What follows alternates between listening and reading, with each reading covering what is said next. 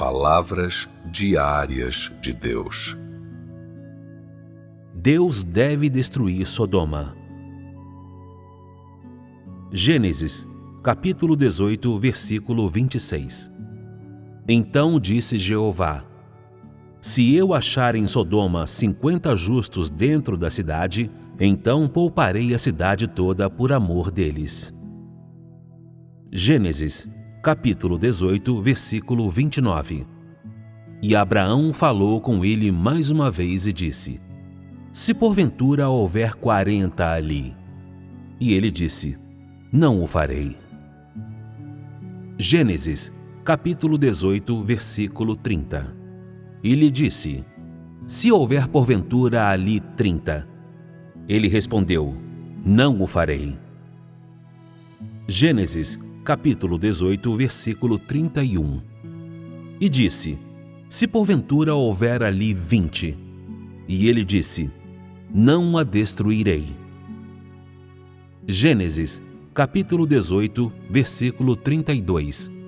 E ele disse: Se porventura houver ali 10. Ele disse: Não a destruirei.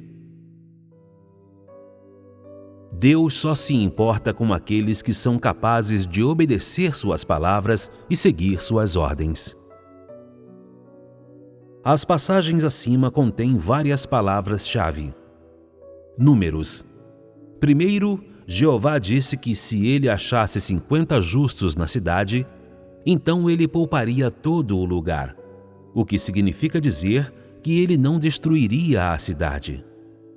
Então havia de fato 50 justos em Sodoma? Não havia. Logo depois, o que Abraão disse a Deus? Ele disse: Porventura se houver 40 ali. E Deus disse: Eu não farei isto. Em seguida, Abraão disse: E se houver 30 ali? E Deus disse: Eu não farei isto. E se houver 20? Eu não destruirei. 10. Eu não destruirei. Havia de fato 10 justos na cidade? Não havia 10, mas havia um. E quem era esse? Era Ló. Na época, havia apenas uma pessoa justa em Sodoma. Mas Deus foi muito rigoroso ou exigente no que diz respeito a esse número? Não, ele não foi. E assim, quando o homem continuava perguntando, e 40, e 30, até chegar a e 10, Deus disse: Mesmo que houvesse apenas 10, eu não destruiria a cidade. Eu pouparia e perdoaria as outras pessoas além dessas 10. 10 teria sido lamentável o suficiente, mas descobriu-se que, de fato, não havia nem mesmo esse número de pessoas justas em Sodoma.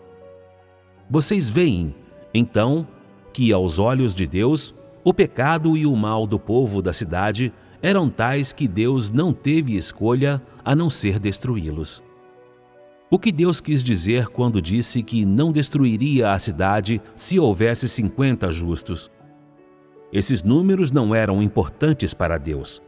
O importante era se a cidade continha ou não os justos que ele queria. Se a cidade tivesse apenas uma pessoa justa, Deus não permitiria que eles sofressem devido à destruição da cidade. O que isso significa é que, independentemente de se Deus iria destruir a cidade, e independentemente de quantos justos estivessem dentro dela, para Deus, essa cidade pecaminosa era amaldiçoada e execrável e deveria ser destruída. Deveria desaparecer dos olhos de Deus, enquanto os justos deveriam permanecer. Independentemente da era, independentemente da etapa de desenvolvimento da humanidade, a atitude de Deus não muda. Ele odeia o mal e se importa com os que são justos aos seus olhos. Essa atitude clara de Deus é também a verdadeira revelação da substância de Deus. Porque havia apenas uma pessoa justa no interior da cidade, Deus não mais hesitou. O resultado final foi que Sodoma seria inevitavelmente destruída. O que vocês veem nisso? Naquela era, Deus não destruiria uma cidade se houvesse 50 justos dentro dela, nem se houvesse 10, o que significa dizer que Deus decidiria perdoar e ser tolerante com a humanidade, ou faria a obra de orientação por causa de algumas poucas pessoas que seriam capazes de reverenciá-lo e adorá-lo. Deus tem grande consideração pelos atos justos do homem. Ele tem grande consideração por aqueles que são capazes de adorá-lo, e tem grande consideração por aqueles que são capazes de fazer boas ações diante dele. Desde os primórdios até hoje, vocês já leram na Bíblia sobre Deus comunicando a verdade ou falando sobre o caminho de Deus para qualquer pessoa? Não, nunca. As palavras de Deus ao homem que lemos apenas diziam às pessoas o que fazer.